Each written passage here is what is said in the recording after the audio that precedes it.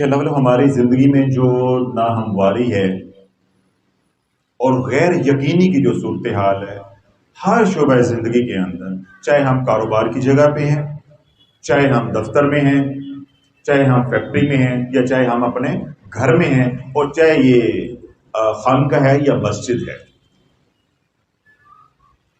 جو حضرات مسجدوں سے یا خانقاہوں سے تعلق رکھتے ہیں، ان حضرات کو میری بات زیادہ سمجھ آئے گی.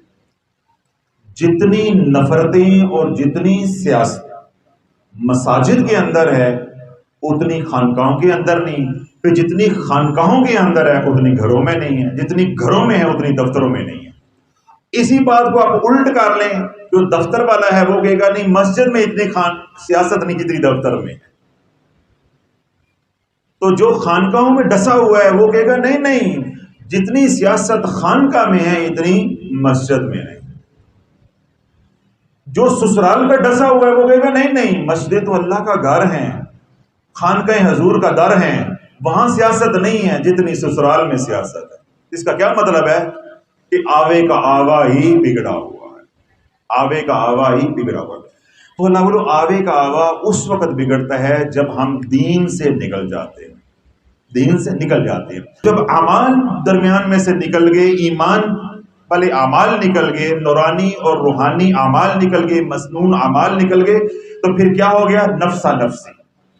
پھر نفسا نفسی پھر تو اللہ بولو جنگل کا قانون ہے، جنوں رب دے ساس تگڑی ہوگی تو وہ جیت جائے گی، بہو تگڑی ہوگی تو وہ گریبان پکڑ لے گی. میں 20 گھروں کو جانتا ہوں کہ جو اتنی ہنسی خوشی زندگی بسر کر رہے تھے، اللہ ان کو نظر بد سے بچاتا. میری دعا تھی، یعنی میں اب اس آسان الفاظ میں یوں سمجھ لیں کہ میں ان پہ رش کرتا ہوں کہ اللہ یہ زندگی سب کو دے. بس انہوں نے بیٹے کی شادی کی، ایک خاتون گھر میں قدم رنجا اس نے فرمایا تو گھر یوں فیتی فیتی ہو گیا. میں 20 گھروں کو جانتا ہوں. میں ان 4 بھائیوں کو بھی جانتا ہوں جن کے درمیان میں سے ہوا نہیں گزرتی تھی، ایسے ان کے دل جڑے ہوئے تھے، اور ایک سے بڑھ کے ایک عہدے ملتان میں وہ جو ہے آفیسر لگے ہوئے تھے، اور اللہ نے بڑا اثر و رسول، ارب پتی وہ لوگ ہیں.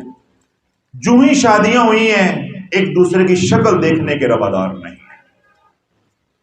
بس وہ خاتون اول گھر تشریف لے کر آئی ہیں، ایسی نفرتوں کے بیج بوئے ہیں کہ سب کچھ. میں ایسے لوگوں کو بھی جانتا ہوں، خانقاہ میں بھی موجود ہیں، جو پہلے خوشحال تھے، کوئی کاروبار تھا، کوئی ملازمت تھی، کوئی بھی ذریعہ معاش تھا. جو ہی وہ خاتون اول گھر میں آئی رزق ختم ہو گیا. میں ایسے لوگوں کو بھی جانتا ہوں جن کے گھروں میں صحت تھی، تندرستی تھی، عزت تھا، وقار تھا، ایسی بدچلن عورت گھر میں آئی کہ ان کی پاکیزہ اور طاہرہ عورتوں کو بدکاری کے رستے پہ لگا دیا. اب کافی اشارے ہو گئے، بات سمجھ گئے، مزید اب کرنے کی ضرورت نہیں ہے. تو اللہ والو اگر اعمال والی زندگی نکل جائے گی تو پھر زندگی کون سی ہو جائے گی؟ طاقت والی. پھر جنوں رب دے. ساس تگڑی ہوگی تو وہ حاوی ہو جائے گی، اگر بہو تگڑی ہوگی تو وہ حاوی ہو جائے گی. اس طرح بیوی تگڑی ہے تو وہ حاوی ہو جائے گی، میاں تگڑا ہے تو وہ حاوی ہو جائے گا. پھر تو حیوانوں والی زندگی ہے نا، جانوروں والی، پھر جو جس پہ چڑھائی کر دے. تو پہلے تو اپنے معاملات کی، اپنے گھروں کی، اپنے پریشانیوں کی، اپنی تکلیفوں کی تشخیص جو ہے وہ ضروری ہے. جب وہ آپ کو معلوم ہو جائے گا، یعنی وجہ معلوم ہو جائے گی، پھر علاج ہو جائے گا. تو پہلی وجہ کیا ہے؟ دین سے دوری. اپنے گھروں میں دین لے کر آؤ، اپنے گھروں میں اعمال والی زندگی لے کر آؤ. اعمال والی زندگی جب تک نہیں ہوگی، اللہ والو آپ دن رات بھی وظیفے پڑھتے رہو گے، کوئی اثر نہیں. میں نے آپ کو اس میں اعظم دیا ہے، رتی برابر اثر نہیں ہوگا، رتی برابر اثر. میں آپ کو دلیل دیتا ہوں، آپ کے دل میں یہ بات اترے گی، ان حضرات کی بھی اصلاح ہو جائے گی. حضرت جنید بغدادی رحمت اللہ علیہ کے پاس ایک صاحب آئے، جس طرح میں نے یہ اسم اعظم کی اجازت دی تو انہوں نے کہا جی میں یہ پڑھتا تھا لیکن میرے پاس اجازت نہیں تھی. وہ طالب تھا کہ مجھے اسم اعظم مل جائے، وہ طالب تھا. سید جنید بغدادی رحمت اللہ علیہ کے پاس پہنچا، 2-4 دن قیام کیا. اس طرح ایک طریقہ کار ہوتا ہے بات کرنے کا کہ میں شیخ کا اعتماد جو ہے وہ بنوں، جب میرے پہ ان کو اعتقاد یا اعتماد ہو جائے گا تو میں اپنا سوال بھی کروں گا. اب وقت آ گیا، موقع ملا، اس نے سوال کر دیا، حضرت میں اتنا سفر کر کے فلاں جگہ سے آیا ہوں تو میں اسم اعظم کا طالب ہوں، مجھے اسم اعظم چاہیے. اب کس کے در پہ ہیں؟ ولی کامل کے در پہ. تو جو اللہ والوں کے در پہ آ جاتا ہے، دنیا لینے آئے تو وہ دنیا بھی دیتے ہیں، آخرت لینے آئے تو آخرت. جواب تو وہ دیتے نہیں ہیں، جواب دیتے ہیں لیکن حکمت کا ساتھ دیتے ہیں کہ انسان کو اپنی اوقات بھی پتہ چل جاتی ہے. اب جب اس نے اصرار کیا کہ مجھے اسم اعظم چاہیے، تو آپ نے فرمایا کہ ٹھیک ہے، کل میں تجھے اسم اعظم دے دوں گا، کل آپ اسم اعظم لے کے تو میرے آستانے سے رواں ہو جا.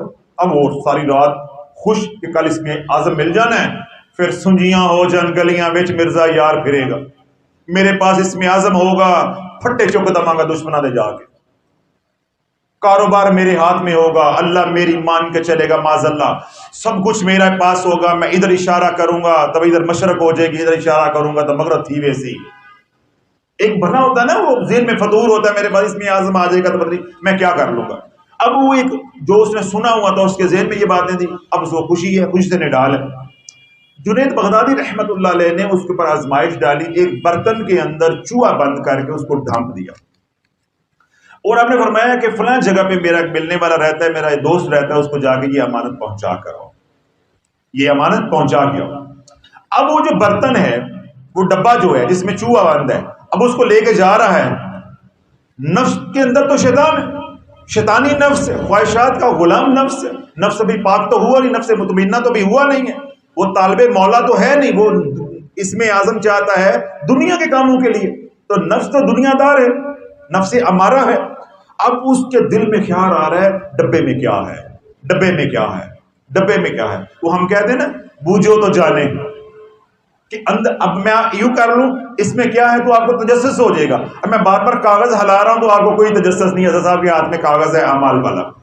اب ڈبے میں اس کو تجسس ہوا. جب وہ چلتا گیا آخر اس کا صبر کا پیمانہ لبریز ہو گیا. اس نے کہا کہ اتنی جو قیمتی امانت دے رہے ہیں، میں دیکھوں تو صحیح اس میں ہے کیا. اب اس کو جو ہی کھولا چوہا باہر نکلا، وہ بل میں چلا گیا. اب بل میں سے اسے کون نکالے، بل میں سے کون نکالے. اب منہ لٹکا کے جنید بغدادی رحمت اللہ علیہ کے پاس، شیخ کے پاس واپس آ گیا خالی ڈبہ لے کے. حضرت نے پوچھا کہ میں نے جو تمہیں امانت دی تھی، لفظ امانت سمجھانا چاہتا ہوں، میں نے جو تمہیں امانت دی تھی وہ پہنچا دی ہے؟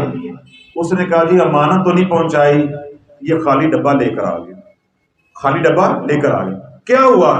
حضرت میرے دل میں خیال آیا میں کھول کے تو دیکھوں کیا ہے. پھر خیال نے اتنی شدت اختیار کی کہ میں مغلوب ہو گیا خواہشات کے آگے.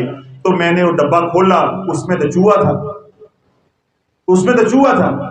آپ نے کہا کہ امانت ہے، آپ نے میرے سے جھوٹ بولا ہے، بجائے کہ ندامت اور شرمندگی ہونے کے کہ میں نے ڈبہ کیوں کھولا ہے. تو شیخ نے اللہ والو یہی بات سمجھائی کہ میں نے ڈبے کے اندر ایک چوہا بند کر کے دیا، وہ چوہا تھا یا سونا تھا جو بھی تھا وہ تیرے لیے امانت تھی. میں نے تجھے کہا فلاں جگہ پہ پہنچانی ہے، تو اتنی حقیر امانت کے اوپر امین نہ رہ سکا، تو میں تجھے اسم اعظم دے دوں تو اس کے اوپر امین کیسے رہ سکے گا. اس بات کی کیا ضمانت ہے کہ تو اسم اعظم کو غلط استعمال نہیں کرے گا، تو لوگوں دے پھٹے چکن واسطے استعمال نہیں کرے گا، لوگوں کو بستر پہ ڈالنے کے لیے استعمال نہیں کرے گا، لوگوں کو تکلیف دینے کے لیے استعمال نہیں کرے گا. تو اللہ والو جو علم نافع ہوتا ہے اس سے مخلوق کو نفع ہوتا ہے، خود کو بھی مخلوق کو بھی نفع ہوتا ہے. اور جو اس طرح کا علم ہو حوالوں والا، کتابوں والا، تو وہ دوسروں کو بھی گمراہ کرتا ہے. انسان خود تو ہوا ہی ہوتا ہے، دوسروں کا بھی بیڑا غرق کر دیتا ہے. سمجھائیں بات؟ تو یہ نقطہ میں نے اس لیے عرض کیا ہے کہ جتنے بھی اعمال میں بتاؤں یا کوئی بھی اور شخص بتا رہا ہے، جدھر بھی آپ کا تعلق ہے، نسبت ہے یا آپ کا نالج ہے، اللہ والو اعمال سے اس وقت تک کچھ نہیں ملے گا جب تک، بلکہ مجھے یوں کہنا چاہیے کہ وظائف سے کچھ نہیں ملے گا جب تک میرے حضور علیہ الصلوۃ والسلام کی غلامی میں نہیں آ جاتے. اب ایک شخص ہے، میں کسی کا نام لوں یا بات کروں تو برا لگ جائے کہ میں اپنی بات کرتا، میں ہوں، میں نماز نہیں پڑھتا، میں نماز نہیں پڑھتا. تو اللہ والو مجھے یہ اوراد و وظائف کیا نفع دیں گے؟ اوراد و وظائف نفع دیں گے؟ نہیں دیں گے. اچھا میں ایک اور آپ کے اندر سے ڈنگ نکالتا ہوں، اور میں کئی بار بہت سے اجتماعات کے اندر، محافل کے اندر اللہ نے مجھے ذریعہ بنایا، کافی لوگوں کا ڈنگ نکال چکا ہوں، اللہ نے ان کے ذہن جو ہے وہ صاف کر دی. اب حضرات نے تویز پہنے ہوتے ہیں، گلے میں تویز پہنے ہوتے ہیں. میں تویز کا منکر نہیں ہوں، میرے بیانات سے ضرور آپ کو یہ لگتا ہوگا کہ میں تویز کا منکر ہوں یا دم کا منکر ہوں، حالانکہ یہ دونوں کام ہی میں کرتا ہوں، لیکن اس کے طریقہ کار کا میں منکر ضرور ہوں.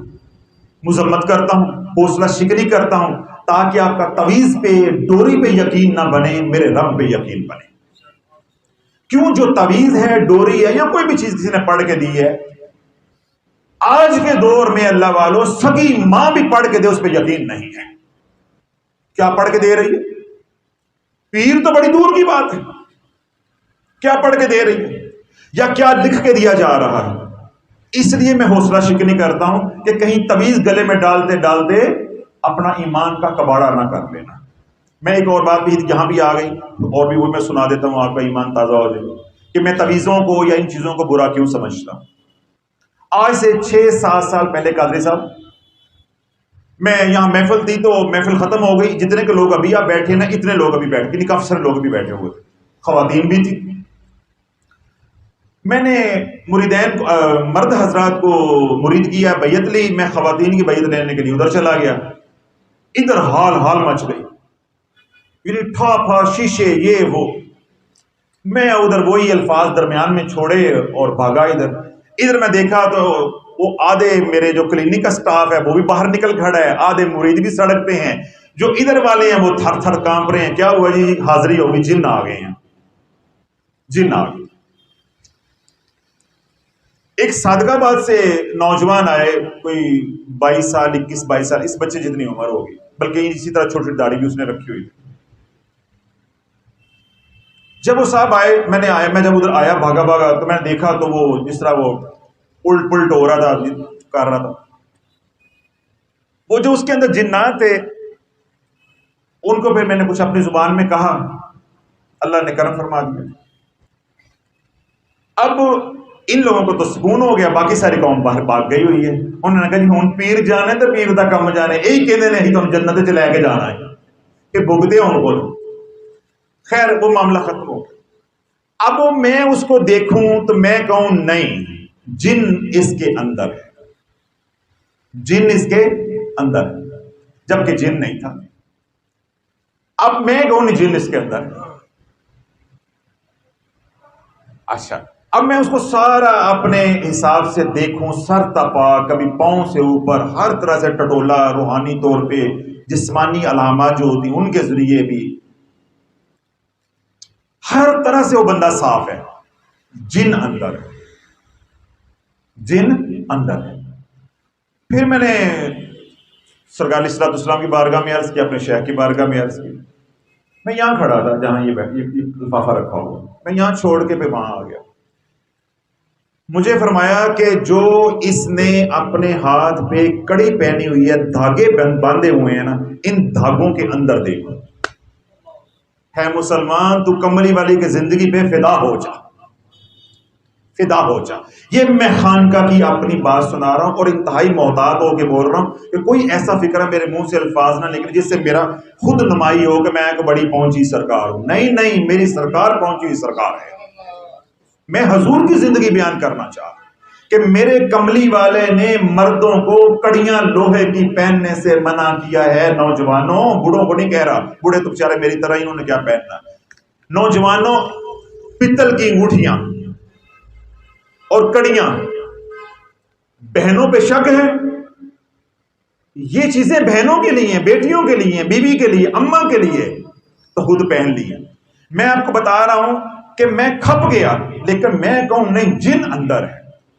پھر میں نے آپ کو یہ بھی اپنا اعتراف کیا ہے کہ میں نے جسمانی علامات ہوتی ہیں، عملی نوٹ سے بھی پہچانتے، میں نے وہ بھی استعمال کیا، روحانی بھی تصرف استعمال کیا، کوئی چیز نہیں ہے. لیکن میں کہیں نہیں، جن اندر ہے.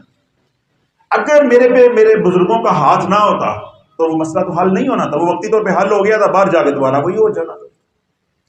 مجھے فرمایا کہ اس نے جو کڑیاں پہنی ہوئی ہیں، وہ جو ڈوریاں آج کل بازار سے بنی بنائی ملتی ہیں جو یہ ہیرو پہنتے ہیں، اس کے اندر ہے.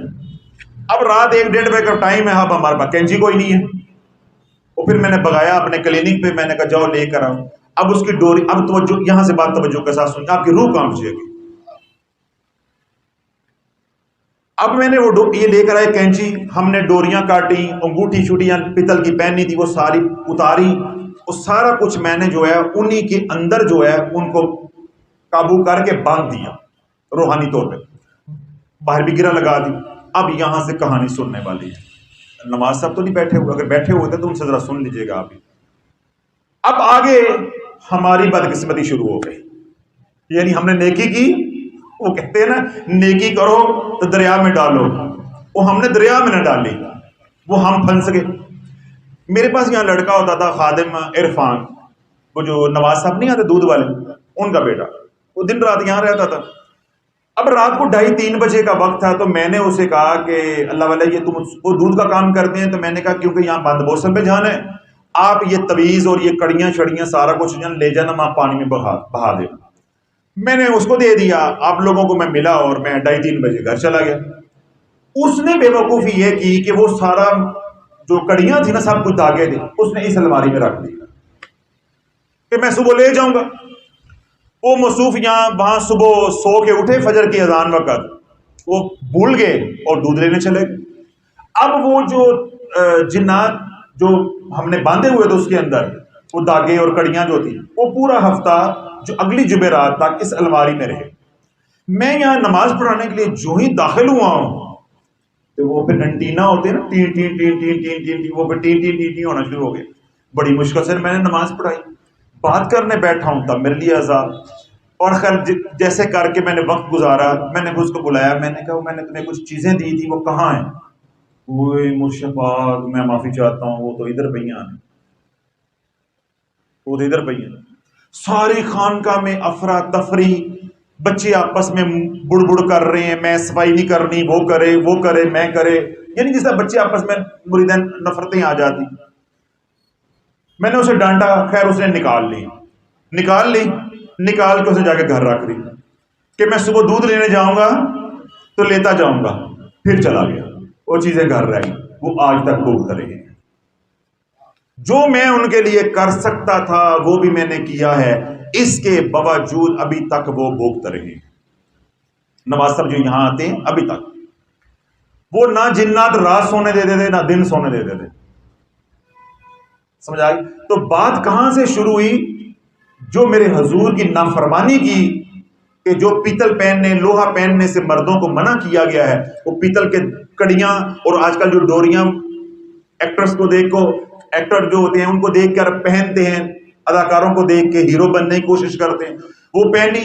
اب کیا ان کی وجہ سے وہ اس کے اوپر عاشق ہوئے۔ اب انہوں نے کہا کہ جی جو لوگ عملیات کا کام کرتے ہیں انہیں یہ معلوم ہے کہ جنات کا ایک اثر انداز ہو جانا، ان کی پکڑ میں آ جانا، وہ کوئی معنی حیثیت نہیں رکھتا، لیکن وہی جن جب عاشق ہو جاتا ہے تو عذاب بن جاتا ہے، یعنی ان کی انا کا مسئلہ بن جاتا ہے۔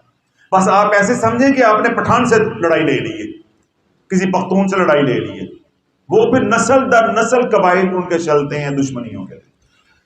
اب وہ کیا کرتے تھے کہ وہ تھے ہندو سارے جنات، اس کو صادق آباد، ٹھٹا، اندرون حیدرآباد مندر ہے وہاں بہت زیادہ، وہ قوالیاں اور ان جگہوں پہ لے کے جاتے تھے، یعنی وہ کہتے تھے تو ہندو ہو جا۔ تو اللہ بولو یہ ساری باتیں میں نے مختصر کر کے ڈھکے چھپے الفاظ میں آپ کو گوش گزار کی ہیں، یہ سمجھانے کے لیے کہ جب گھر میں دین نہیں ہوگا تو پھر یہ سب کچھ ہوگا۔ پہننی کڑیاں، حضور کی سنت کے خلاف چلنا اور پڑھنے وظیفے، عورتیں ہیں پڑھنے وظیفے تو چلنا بے پردہ ہو کے بازاروں میں، نیم بر نہ ہو کے بازاروں میں، 3 گھنٹے جو ہے مارننگ شو دیکھنا، فلمیں دیکھنی، اور بیان جب میں کر رہا ہوں تو حضرت صاحب ویڈیو چھوٹی بنایا کرو، اتنا وقت نہیں ہوتا، بیان مختصر کیا کریں، اتنا وقت نہیں ہوتا۔ اللہ والوں میں جب سے بیٹھا میں رونا رو رہا ہوں، یہ رونا تو قیامت تک نہیں ختم ہوا، میں کیسے بند کر دوں؟ جب تک مجھے یقین نہیں ہو جائے گا آپ کا دل اللہ نے صاف کر دیا تو میں نے تو مرتے دم تک انشاءاللہ روتے رہنا۔ بات سمجھ آ رہی کہ 3 گھنٹے مارننگ شو کے لیے وقت ہے، 3 گھنٹے کی فلم بنتی ہے، پوری دنیا میں آج تک احتجاج نہیں ہوا۔ ڈرامے کی قسط 1 گھنٹے کی ہوتی، کوئی احتجاج نہیں ہے۔ ہم بیان 15 منٹ سے اوپر کرتے ہیں، حضرت صاحب نماز کا ٹائم ہو گیا، حضرت صاحب نماز کا ٹائم ہو گیا، حضرت صاحب نماز کا ٹائم ہو گیا۔ تو جب یہ والی ایمانی کیفیت ہوگی تو اللہ والوں یہ وظیفے کام نہیں دیں. کہنے کا مقصد صرف اتنا ہے کہ وظائف پڑھنے ہیں یا اللہ اللہ کرنی ہے تو پہلے جو فرائض ہیں ان کو پورا کرو. وظائف کا مطلب یہ ہوتا ہے کہ تیرے فرائض کے اندر جو کمی ہے نوافل اس کو پوری کر دے. نوافل کے اندر جو کمی ہے، جو فرائض کے اندر کمی ہے، وہ آپ نوافل پڑھو گے پوری ہو جائے گی. تو اللہ لوگ اگر جب فرائض کیے ہی نہیں ہیں، ساری زندگی کے نوافل مل کے بھی فرائض تو بڑی دور کی بات ہے، فجر کی 2 سنتوں کو بھی چھو نہیں سکتے. آپ ساری زندگی وظیفے پڑھتے رہیں، اعمال کرتے رہیں، کملی والے کی 2 رکعت نماز سنت موقدہ فجر کی اس کو چھو بھی نہیں سکتے. پہلے 2 رکعت نماز پھر وظائف. سمجھ آگی بات کی؟ تو یہ جو عمل ہے بتانا، جو سوال ہے وہ یہ کہ گھر میں لڑائیاں ہیں. تو گھر میں لڑائیاں کس میں ہوں گی؟ جب کڑیاں پہنی ہوں گی. گھر میں لڑائیاں کیوں ہوں گی؟ جب ٹی وی چلے گا، جب ناچ گانا ہوگا. گھر میں لڑائیاں کیوں ہوں گی؟ جب حرام کا رزق گھر میں آئے گا، رشوت کا مال گھر میں آئے گا، سود کا مال گھر میں آئے گا، لاٹریوں کا مال گھر میں آئے گا. لڑائیاں کیوں ہوں گی؟ جب زکوٰۃ نہیں دیں گے، غریبوں کا، مسکینوں کا، بیواؤں کا، محتاجوں کا، مظلوموں کا، مسافروں کا حق چھین کے جب اپنے بچوں کو کھلاؤ گے، وہ جنید بغدادی نہیں بنیں گے، وہ جیدے بنیں گے، وہ جیدہ بدماش بنیں گے. وہ جنید بغدادی نہیں بنتے، وہ جیدہ بدماش بنیں گے، وہ لچے لفنگے لونڈے لپاڑے بنیں گے. کیوں؟ تو نے مظلوموں کا حق، جن کے پاس جوتا لینے کے پیسے نہیں تھے، اللہ نے تیرے ذمہ لگایا تھا کہ میں رزق تیرے رزق میں ان کا شامل کر رہا ہوں، جا کے ان کو پہنچا. تو نے لوٹا بھی تو کن کو لوٹا؟ جن کے پاس 2 وقت کی روٹی نہیں تھی. بدبختہ تو نے لوٹنا تھا، کسی قریشی کو لوٹتا، کسی میمن کو لوٹتا، کسی چودھری کو لوٹتا. اگر لوٹنا ہی تھا تو نے لوٹا کس کو؟ مسکینوں کو، بیواؤں کو، یتیموں کو، مظلوموں کو، مسافروں کو، مدرسے میں پڑھنے والے مظلوم بچے، مسکین بچے، انے کانے لولے لنگڑے، وہ روٹیاں لے کے، کولا لے کے تیرے در پہ پھرتے رہے. کیوں؟ تو نے زکوٰۃ ان کے گھر میں نہ پہنچائی. ان کے ماں باپ کے پاس پیسہ نہیں تھا پڑھانے کے لیے، انہوں نے کہا اسکول کے تو قابل نہیں ہیں، مسیتی بھیج دو، مسجد میں بھیج دو. تو وہ تیرے ٹکڑوں پہ محتاج ہیں، ٹکڑوں پہ محتاج ہیں. کس وجہ سے؟ تو نے زکوٰۃ نہ پہنچائی، تو نے ان کو عشر نہ پہنچایا.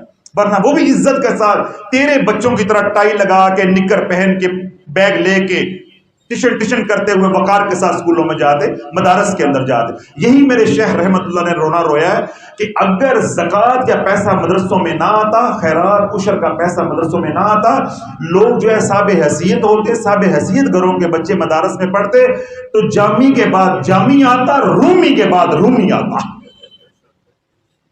جامی کے بعد جامی آتا، رومی کے بعد رومی آتا. اب جاہل کے بعد جاہل، اس سے بڑا جاہل آتا ہے، اس سے بڑا جاہل آتا ہے.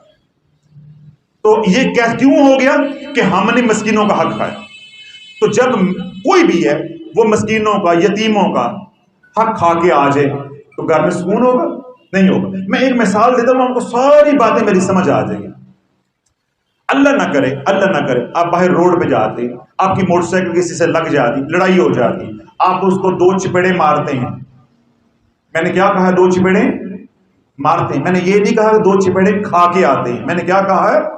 مارتے ہیں. گھر آ کے سکون آ جائے گا؟ گھر آ کے سکون آ جائے گا؟ بھائی مار کے آئے ہو، آپ کو تو ایسے سونا چاہیے گھوڑے بیچ کے. سکون آتا ہے کہ یار میں نے ناحق مار دی. اگر 2 چپیڑا کھا کے آئے ہو تو پھر، اگر 2 چپیڑے کھا کے آئے ہو تو پھر ساری رات آپ کروٹیں لیتے رہو گے، پاگل ہو جاؤ گے سوچ سوچ کے کہ کیسے میں انتقام لوں. تو جنہوں غریب دا حق کھا کے سو کے تو سکون آئے گا. اب کہانی سمجھ آ گئی؟ اس لیے گھروں میں چین نہیں ہے، اس لیے گھروں میں چین نہیں ہے. تو اللہ تعالیٰ یہ جو میں نے باتوں کی نشاندہی کی ہے، اعمال کی، برے اعمال کی، ان اعمال کو اپنے گھروں میں نکالو. اور جن میاں بیوی کے درمیان میں آپس میں محبت نہیں ہے، نکاح ہونے کے بعد آپس میں دل نہیں مل رہے، یا اور لوگ ہیں درمیان میں، جس طرح وہ ہوتی ہیں، نند ہوتی ہیں، ساس ہوتی ہے، یا ادھر والے سسرال والے ہوتے ہیں، یا میکے والے ہوتے ہیں، باہر کے لوگوں نے جو ہے نا وہ لگائی بجھائی کر کے دلوں میں نفرتیں ڈال دی ہیں. پہلا کیا ہے حضور کی غلامی والے سے پہلے اپنے آپ کو ٹھیک کرو. اگر خود ٹھیک ہو پھر مسئلہ کوئی نہیں، پھر فقیر حل بتائے گا اور اللہ کرم کرے گا. حل یہ ہے سورۃ دہا، جس کو آپ والدہا کہتے ہیں، والدہا واللیل اذا سجا ما ودعک ربک وما قلی. 30 پارہ 41 بار روزانہ، اول و آخر 7 بار درود پاک، 7 بار اول و آخر درود پاک، 41 مرتبہ سورۃ دہا 30واں سپارہ. اس کو پڑھ کے پانی پہ دم کر کے میاں بیوی کو پلائے، بیوی میاں کو پلائے، جو علاج کرنا چاہتا ہے. جیسے اکثر گھروں میں بیویوں کا مسئلہ ہوتا ہے، عورتوں کا مسئلہ ہوتا ہے کہ میرا میاں میرے سے صحیح سلوک نہیں کرتا، میرے سے محبت نہیں کرتا، یا مجھے وقت نہیں دیتا، خرچہ نہیں دیتا، بچوں کو پیار نہیں دیتا، یا اس کے باہر ناجائز تعلقات ہیں، وہاں یہ رہتا ہے، میرے سے کوئی دلچسپی نہیں ہے. اس طرح آپ کی بیٹی ہے، بیاہی ہوئی ہے، اپنے گھر میں پریشان ہے، تکلیف میں ہے، وہاں عزت نہیں ہے، وہاں وقار نہیں ہے اس کا، یا اس کا شوہر اس کا صحیح سلوک نہیں کرتا، تو عورت پڑھ رہی ہے تو وہ کیا کرے گی؟ 7 مرتبہ درود پاک اول و آخر، درمیان میں 41 بار سورۃ دہا، والدہا واللیل اذا سجا ما ودعک ربک وما قلی، پوری پڑھنی ہے. ٹھیک ہے، پوری سورت 41 مرتبہ پڑھ کے اول و آخر 7 بار درود پاک پڑھ کے دعا بھی کریں، اور پانی دم کر کے پانی خود بھی پئیں اور اپنے میاں کو پلائیں. اگر وہ نہیں پیتا یا اس طرح وہ اکھڑ مزاج ہے یا حوالے مانگنے والی قوم ہے، تو آپ اس کا آسان طریقہ ہے کہ وہ پانی دودھ میں ڈال دو، چائے میں ڈال دو، ہنڈیا میں ڈال دو. اور سب سے اچھا طریقہ جو میں سمجھتا ہوں آج کے دور میں، کہ وہ پانی دم کر کے گھر میں کوئی پریشانی بھی نہیں ہے تب بھی روزانہ اللہ لو ترتیب بنا لو کہ اپنے گھر میں پانی دم کر کے فجر کی نماز کے بعد ڈسپینسر میں ڈال دیا کرو، کولر میں ڈال دیا کرو. اب گرمیاں آ گئی ہیں، سارے بچے اسی میں پیتے رہے، تمہارے گھر میں کبھی جادو نہیں آئے گا، کبھی لڑائیاں نہیں آئیں گی. فجر کی نماز پڑھی، قرآن کی تلاوت کی، خضری عمل پڑھا، ختم شریف پڑھا، یا درود پاک پڑھا، یا جو بھی آپ ورد وظیفہ کیا کر کے پانی کی بوتل پاس رکھ لی، دم کیا، خود بھی پیا، اور باقی جو بچ گیا وہ کولر میں ڈال دیا. کسی کو آپ کو کہنا بھی نہیں پڑے گا کہ بھائی پیو پیو پیو، انسان بھول جاتا ہے. اپنی اہلیہ کو کہہ دو، بیٹا اپنے بیوی کو کہہ دو، بیٹیوں کو کہہ دو کہ بھائی اسی میں سے آپ نے پانی لے کے آٹا گوندنا ہے، چائے بنانی ہے، ہنڈیا میں ڈالنا ہے. انشاءاللہ کھاد ملتی جائے گی، ہریالی آتی جائے گی. کوئی پہلے اثرات ہیں وہ بھی ختم ہو جائیں گے، اور آئندہ کوئی اللہ نہ کرے ایسی نظر بد سے دیکھتا ہے یا کوئی ایسا وار کرتا ہے، اللہ اس سے بھی حفاظت فرمائے گا. تو یہ جو میں نے عمل بتایا ہے، اس سے انشاءاللہ جو دلوں میں نفرتیں ہیں، قدورتیں ہیں، وہ بھی ختم ہو جائیں گی، اور اس عمل کی برکت سے انشاءاللہ العزیز جو پہلے کا جادو ہے یا منفی اثرات ہیں، شیطانی اثرات ہیں، انشاءاللہ العزیز وہ بھی ختم ہو جائیں گے. تو میں اس عمل کو کہتا ہوتا ہوں کہ اپنے شوہر کی رانی بن کے جیو. کیا بن کے جیو؟ رانی بن کے. اللہ والو، میں دیکھو خود شادی شدہ ہوں، میں یہ کہتا ہوں کہ جس کے اوپر اللہ کا فضل ہو جاتا ہے، اللہ کا کرم ہو جاتا ہے، اللہ والو اس کو یہ بات سمجھ آ جاتی ہے کہ دنیا میں بیوی اور اولاد سے بڑھ کے کوئی نعمت نہیں ہے. ماں باپ تو ہیں ہی ہیں، وہ ایک الگ، یعنی جو دوسرے رشتے ہیں یہ اس سے بڑی نعمت ہے. اور اگر یہ رشتہ الجھ جائے، اس سے برا تو پھر رشتہ نہیں. یہی میرے نبی نے ارشاد فرمایا. یہ کوئی میرا تجربہ نہیں ہے، مشاہدہ نہیں ہے، یہ کملی والے کا فرمان ہے کہ اگر بات بن گئی تو جنت ہے، بات بگڑ گئی تو جہنم ہے. یعنی اس سے پھر بدتر وہ کوئی گھر نہیں ہے. اب سارے زمانے سے لڑ کے آئیں، ٹینشن لے کر آئیں، پاگل ہو کے گھر میں آئیں، پریشانیاں لے کے آئیں، گھر میں آپ کی بیوی دیکھ کے آپ کو استقبال کرنے والی، آپ کا دکھ بانٹنے والی، آپ ساری ٹینشنیں بھول جاؤ گے. باہر آپ اتنے نوٹ کما کے شام کو لے کر آؤ، بلے بلے کروا کے لے کے آؤ، گلی کے ڈان ہو، بدماش ہو، گنڈے ہو، حاکم ہو، اور گھر میں کتا کتا ہو، تو اللہ والو بس 4-5 سال کے اندر ویزا لگ جائے گا. پہلے بلڈ پریشر ہوگا، پھر ہارٹ اٹیک ہوگا. اور جو لڑتی ہے خدا کی قسم اسے قبض بھی نہیں ہوگی. عورت کو تو قبض بھی نہیں ہوتی. جو عورت بگڑ جاتی ہے، ہارٹ اٹیک جب بھی ہونا ہے بشیرے نو ہونا ہے، نذیرے نو ہونا ہے، اس کو قبض بھی نہیں ہونی. اس کی زبان چلتی رہنی ہے، اور تیری زندگی کو عذاب بنا دے. کیوں؟ اللہ روٹھا ہوا ہے، اللہ روٹھا ہوا ہے. اور جب اللہ راضی ہو جائے گا، اللہ اسی بیوی کو، اسی عورت کو تیری رانی بنا دے گا. کیسے رانی بنا دے گا؟ تو گھر میں داخل ہوگا، وہ تیرے استقبال کے لیے گیٹ کھولے گی، وہ تجھے دیکھ کے مسکرائے گی، تو مسکراتا ہوا گھر میں آئے گا۔ میرے کملی والے نے ارشاد فرمایا عرش پہ دیکھ کے اللہ دونوں کو مسکرائے گا۔ کوئی وظیفہ پڑھنے کی ضرورت رہ جائے گی یا کوئی ان کی زندگی میں غم رہ جائے گا؟ جن میاں بیوی کو دیکھ کے اللہ عرشوں پہ مسکرائے۔ کسی حدیث پاک میں نہیں آتا کہ تم تہجد پڑھ رہے ہوگے اللہ مسکرا رہا ہوگا، جہاد کر رہے ہوگے اللہ مسکرا رہا ہوگا، حج کر رہے ہو اللہ مسکرا رہا ہو، میں بیان کر رہا ہوں اللہ مسکرا رہا ہے، تم سن رہے ہو اللہ مسکرا رہا ہے۔ نہیں، میاں بیوی کا رشتہ جنت کے رشتوں میں سے رشتہ ہے، جنت کی لذتوں میں سے ایک لذت ہے۔ جس طرح کھجور ہے، انگور ہے، زیتون ہے، شہد ہے، یہ جنتی نعمتیں ہیں، ایسے ہی اللہ والوں جو میاں بیوی کا رشتہ ہے یہ جنت کا رشتہ ہے۔ اماں حوا کا رشتہ اور حضرت آدم علیہ السلام کے ساتھ کیا تھا؟ اللہ والوں بولو تو صحیح، میاں بیوی کا، یہ جنت کا رشتہ ہے۔ تو جنت میں کیا تھا؟ سکون ہی سکون، سکون ہی سکون۔ تو جب نبی کی زندگی آ جائے گی درمیان میں پھر سکون ہی سکون، پھر یہی جنت ہے۔ جب نبی کی زندگی درمیان میں سے نکل گئی پھر جہنم ہی جہنم ہے۔ پھر اگر یہ زندگی میں رشتہ بن جاتا ہے جنتی، پھر وہی لذت جو جنت میں ہے، پھر وہی لذت جو جنت میں۔ تو اللہ والوں یہ جس کو اللہ اعمال والی زندگی دے دے، حضور علیہ الصلوۃ والسلام کی غلامی والی زندگی دے دے، سب سے پہلا کرم ان کے گھر پہ یہ ہوتا ہے اللہ بیوی کو نمازی بنا دیتا ہے، اللہ بیوی کو باپردہ بنا دیتا ہے۔ اگر بچے ہیں اللہ بچوں کو دین پہ لگا دیتا ہے۔ مجھے اتنی خوشی ہوتی ہے الحمدللہ کہ بہت سے بچے ایسے ہیں جو جوانی میں میرے پاس آ کے مرید ہوئے، پھر ان کی شادیاں بعد میں ہوئی ہیں، اب ان کے بچے ہوئے ہیں۔ اب ابھی بھی عرب اللہ سے جماعت آئی تھی، وہ چھوٹے چھوٹے بچے میرے پاس آتے تھے، ماشاءاللہ وہ اتنے 8-9 سال کے ہو گئے ہیں، اب آئے ہیں، انہوں نے امامہ شریف لگایا ہوا، میں دیکھ کے حیران، میں کہ واہ میرے مولا۔ تو میں ان باپ بیٹا کو دونوں کو نہ اکسا رہا تھا، ان کے باپ نے شکایت لگائی کہ یہ جو ہے قرآن پڑھنے میں سست ہے، ایک سپارہ اس نے حفظ کیا، آگے نہیں چل رہا۔ میں نے کہا نہیں ہوئے میں تیرے نال ہوں۔ میں نے بچے کو نا حوصلہ دیا، میں کہا میں اس کے ساتھ نہیں ہے، میں تیرے نال ہوں۔ اپنے ابے نے پوچھ، جب یہ 8 سال کا تھا اس کے سر پہ امامہ شریف تھا؟ ابا شرمندہ۔ میں نے کہا پوچھ اپنے ابے نو، جب یہ 8 سال کا تھا تو نے آج 10,000 مرتبہ درود پاک پڑھا ہے، یہ پیو نے بھی نہیں سی پڑھیا۔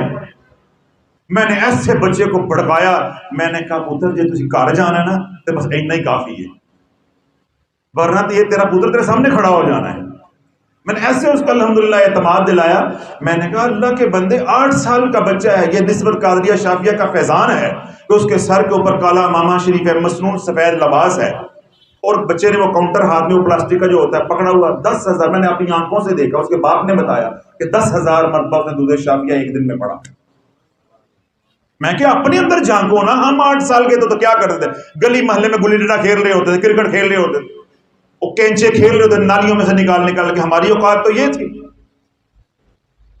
تو اب یہ دیکھو کہ نسبت قادری شافی کے فیضان نے کیسے رنگ میں رنگ دیا ہے۔ تو میں نے بچے کو اعتماد دلایا، کوئی نہیں بچوں سستی ہو جاتی ہے، ان کی عمر ہے کھیلنے کی، ہماری عمر میں کھیلنے تو گٹے گوڑے رہ جائیں گے۔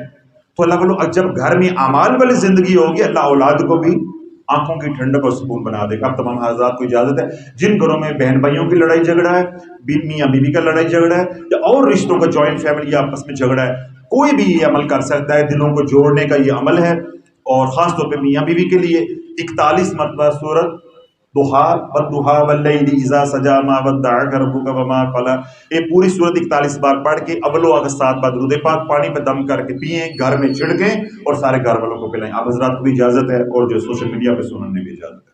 اللہم صلی وسلم وبارک علی سیدنا و مولانا شافی وعلی آلہ وصحبہ اجمعین۔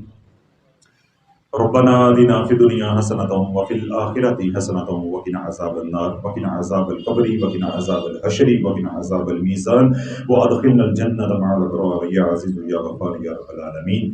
رب اجعلنی مقیم الصلاة ومن ذریتی ربنا وتقبل دعاء ربنا اغفر لی ولوالدی وللمؤمنین یوم یقوم الحساب۔ استغفر اللہ الذی لا الہ الا هو الحی القیوم واتوب الیہ یا ارحم الراحمین یا ارحم الراحمین یا ارحم الراحمین۔ اے رب کریم اس نے اپنی پاک اپنی بارگاہ میں قبول منظور فرما۔ اے اللہ حاضرین مجلس جہاں سے بھی چل کے آئے ہیں یا اللہ محاذ تیری رضا کے لیے، تیرے ذکر کے لیے، تیرے مصطفیٰ علیہ السلام کی محبت کے لیے آئے ہیں یا اللہ سب کی حاضری کو قبول و منظور فرما۔ اے اللہ ایک ایک قدم کے اوپر نیکیاں عطا فرما، ایک ایک قدم کے اوپر گناہوں کو معاف فرما، ایک ایک قدم کے اوپر درجات کو بلند عطا فرما۔ اے اللہ ہم سب کے صغیرہ کبیرہ گناہوں کو معاف فرما دے۔ اے رب کریم، اے رب کریم، اے رب کریم، جو گناہ کبیرہ کیے وہ بھی معاف فرما دے، جو صغیرہ کیے وہ بھی معاف فرما دے۔ اے اللہ جو گناہ جلوت میں کیے وہ بھی معاف فرما دے، یا اللہ جو خلوت میں کیے وہ بھی معاف فرما دے۔ اے اللہ جو لاشعوری کیے وہ بھی معاف فرما دے، جو شعوری دور پہ کیے یا اللہ وہ بھی معاف فرما دے۔ اے اللہ، اے اللہ، اے اللہ جو گناہ جن کے اوپر گواہ موجود ہیں وہ بھی یا اللہ معاف فرما دے، جن گناہوں کا کوئی گواہ نہیں ہے صرف تو جانتا ہے یا اللہ وہ بھی معاف فرما دے، ہم سب کو پاک صاف فرما دے۔ اے اللہ جو دکھی ہیں ان کو دکھ دور عطا فرما، جو سکھی ہیں ان کے سکھوں میں برکتیں عطا فرما۔ اے اللہ جہاں سے بھی آئے ہیں یا اللہ جو تمنائیں لے کر آئے ہیں، حاجات لے کر آئے ہیں، آرزو لے کر آئے ہیں، خواہشات لے کر آئے ہیں، دین کے لیے، دنیا کے لیے یا اللہ جو مانگنے آئے ہیں یا اللہ لب کشائی سے پہلے سب کی جھولیاں بھر دے، دارالشفا سے قدم باہر رکھنے سے پہلے یا اللہ ان کی تمنا کو، خواہشات کو، دعاؤں کو قبول و منظور فرما۔ اے اللہ بالخصوص یا اللہ جو بیمار آئے ہیں، روحانی بیمار ہیں، جسمانی بیمار ہیں، سب کو یا اللہ شفا کاملہ عاجلہ عطا فرما۔ اے اللہ جو گھروں میں بیمار ہیں، اسپتال میں بیمار ہیں، مومنین ہیں، مومنات ہیں، مسلمین ہیں، مسلمات ہیں، یا اللہ سب کے حق میں ہماری التجاؤں کو قبول و منظور فرما، سب کو شفا کاملہ عاجلہ عطا فرما۔ اے اللہ بالخصوص یا اللہ جو روحانی مریض ہیں یا اللہ ان کو شفا کاملہ عاجلہ عطا فرما۔ اے اللہ جو ماں باپ یا اللہ اولاد کی نعمت سے محروم ہیں یا اللہ ان کو اولاد کی نعمت عطا فرما، یا اللہ جو سب اولاد ہیں ان کی اولاد کو اپنے محبوب علیہ السلام کو غلام بنا دے۔ اے اللہ جو مالی تنگدستی کا سوال لے کر آئے یا اللہ ان کو شادہ، حلال اور طیب رزق عطا فرما، اپنے راستے میں خرچ کرنے والا رزق عطا فرما۔ اے رب رحمان جو بے نمازی آئے ہیں ان کو نمازی بنا دے، جو غافل آئے ہیں ان کو ذاکر بنا دے۔ اے اللہ جو قلب ظلمی لے کر آئے ہیں یا اللہ نورانی بنا دے۔ اے اللہ جو بے حیثیت آئے ہیں ان کو صاحب حیثیت بنا دے، یا اللہ جو بے نسبت آئے ہیں ان کو صاحب نسبت بنا دے۔ اے اللہ جو مانگا وہ بھی عطا فرما، جو نہیں مانگ سکے ہماری ضرورتیں ہیں بل مانگے عطا فرما۔ اے اللہ جنہوں نے دعاؤں کے لیے کہا، بالخصوص یا اللہ سوشل میڈیا سے جو لوگ ہمارے سے وابستہ ہیں خاندان شافیہ قادریہ کے ساتھ، یا اللہ ان کی پریشانیوں کو دور عطا فرما۔ جنہوں نے دعاؤں کے لیے کہا، جو بھی ان کی دعائیں ہیں یا اللہ تو جانتا ہے، مانگنے والے جانتے ہیں، ہم سب کی آمین ان کے حق میں قبول و منظور فرما۔ یا اللہ ہماری التجائیں دعائیں ان کے حق میں قبول و منظور فرما۔ گھر بیٹھے یا اللہ ان کی پریشانیاں مصیبتیں دور عطا فرما، ان کو جو بیمار ہیں ان کو تندرستی سے عطا فرما۔ ربنا تقبل منا انك انت السميع العليم وتب علينا انك انت التواب الرحيم، وصلى الله تعالى على حبيبه خير خلقه محمد وعلى اله وصحبه اجمعين برحمتك يا ارحم